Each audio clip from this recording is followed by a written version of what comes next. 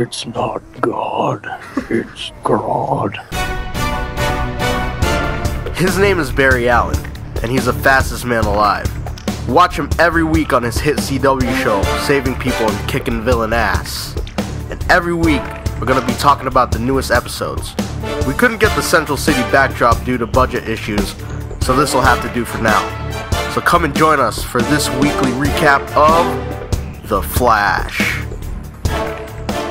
Hey guys, what's going on? It's DJ here with my bro Jeremy. Hey guys, what's going on? Along with our friends Bears and Brock Med. Moon! Bringing you another episode recap this week. This episode of The Flash was called not The Return. It was called Fallout. I was looking at my other notes.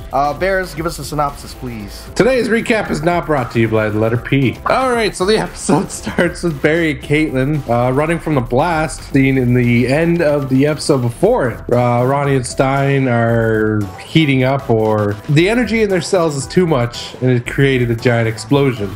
Actually, it wasn't a nuclear explosion because Cisco did his wizardry and magic and found out it wasn't. So they run back to the site and find they actually are now separate people. After a ridiculous amount of tests, we find out they can't control the energy anymore. So, you know, Ronnie and Stein had their differences because I guess two people can't share a body for that amount of time without hating each other. Understandable. So Stein decides to go back and see his wife afterwards, after a year. It's a long time. Touching reunion happens. Barry is thanked for his driving him home, I guess. Then we go to Barry meeting Joe. And Joe has something to tell him, being all grim and stuff. Takes them back to the house of Humana Meow Meow, who gave them a key or something. Apparently.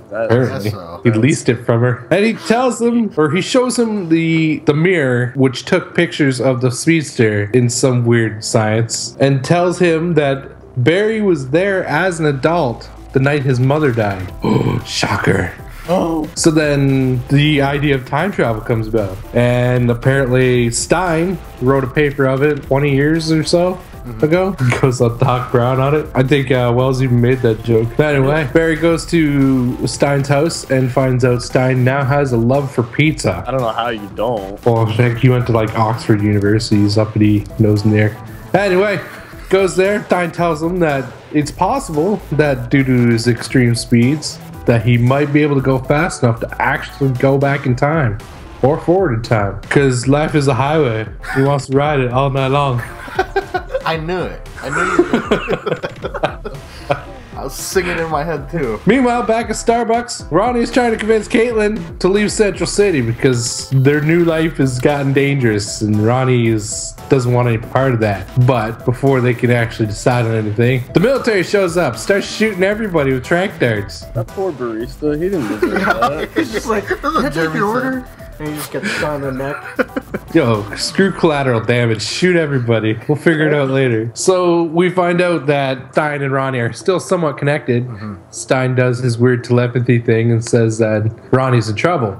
So Barry does his super speedster thing, shows up, and the general is waiting for him. Hits him with a nifty grenade designed to seek out kinetic energy, which is what the Flash gives off. it looked like an ouchie. It's like a pincushion. So afterwards, Wells confronts the general, who reveals that he actually knows Barry is the Flash. Due to their last encounter, Barry took off his mask for a dying insert person's name here that I don't remember. Plastique. I liked her. She's cool. So he was given an ultimatum, or more or less, you know, give us the firestorm or else. Wells decides to have a little powwow with Stein, who he drugs, hands over for reasons I don't quite understand, because afterwards they use Ronnie's connection to find Stein. And during the process, we find out that Ronnie and Stein's connection is actually getting stronger. So while Stein was locked away, he's getting interrogated to find out more about the Firestorm Matrix.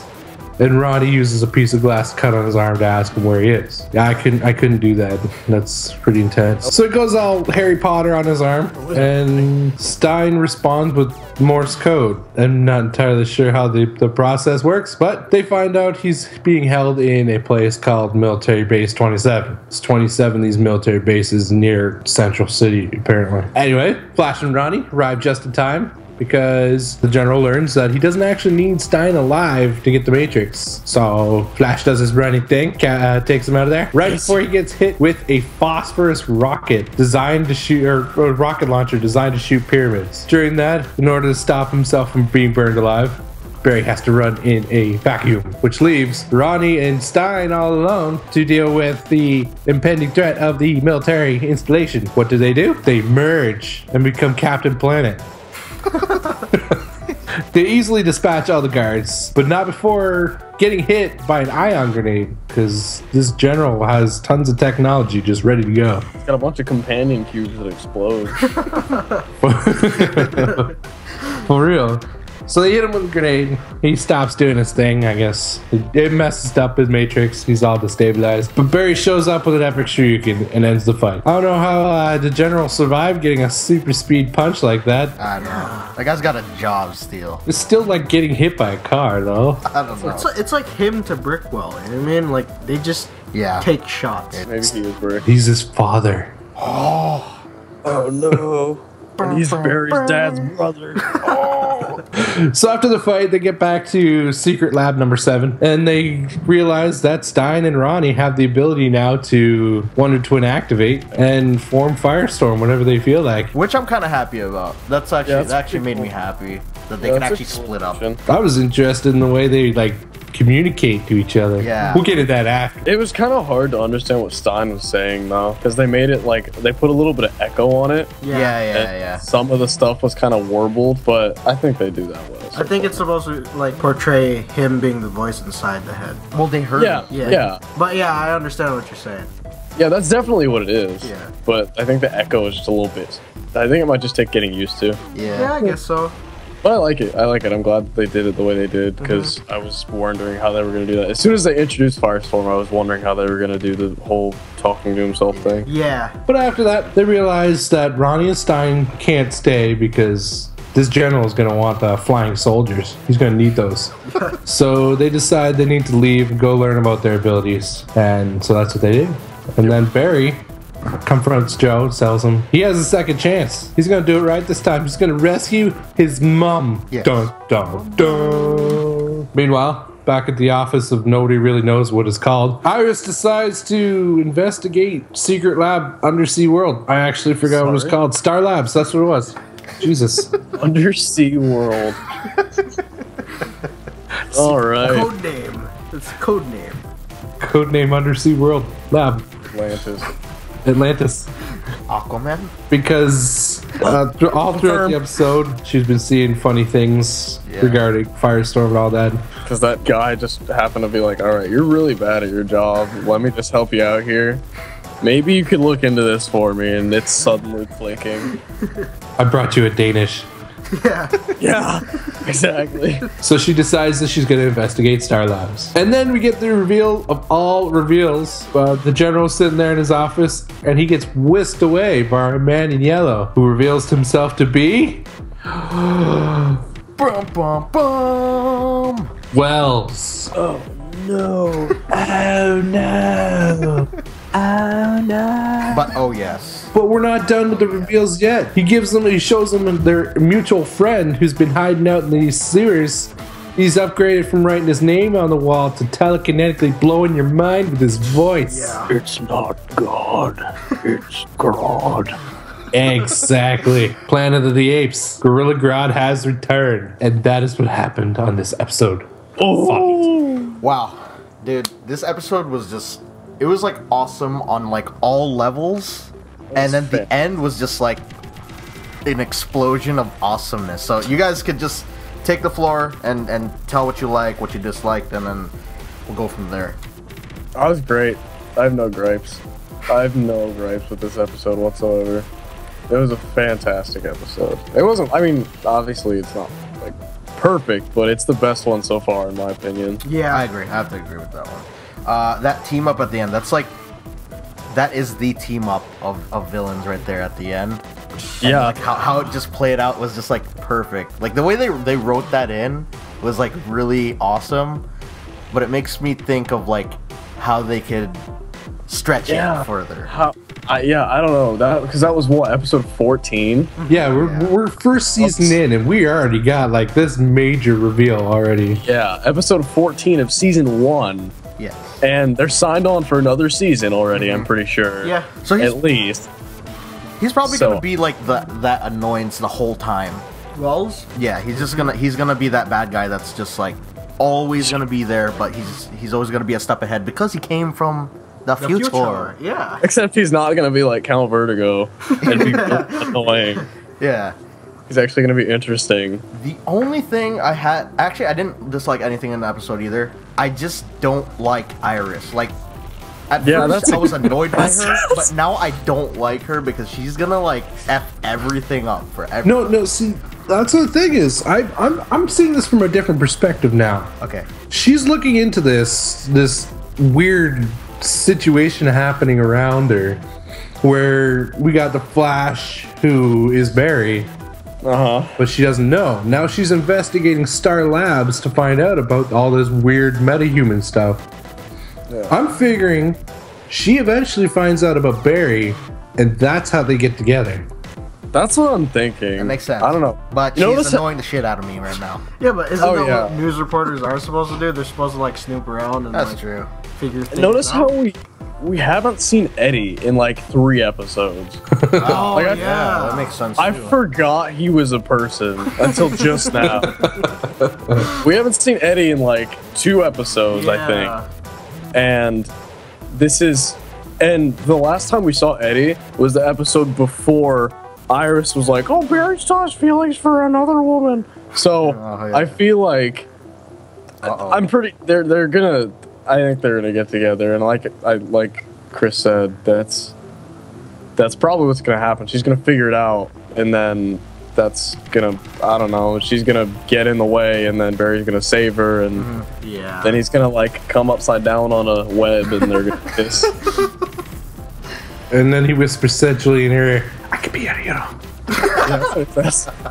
That's it. Yeah, exactly. Oh, that'd be fantastic. Then he woos her with those mad chops. So what were your favorite parts, like, in the episode? I had a couple, but you guys can go ahead and share what you guys... Oh, geez, I think it's unanimous that it's going to be that final reveal right at the end. Final- there. Yeah. Okay, that's everybody's favorite part, okay. Oh yeah. I got a bit of an oddball. Mm-hmm. I really liked whenever Barry walked in to Joe's house Mm-hmm. with Caitlin and Ronnie, and Yeah. and then he was like, "All right, I'm fine with that." And then Iris walks in, and I just love how absolutely stupid her character is. Like that makes me so happy because they all stumbled Yeah. over everything, and she knows these people personally, aside Yeah. from Ronnie. And she knew that Caitlin's fiance was dead, didn't she? Yeah, So- she did. Yeah, she...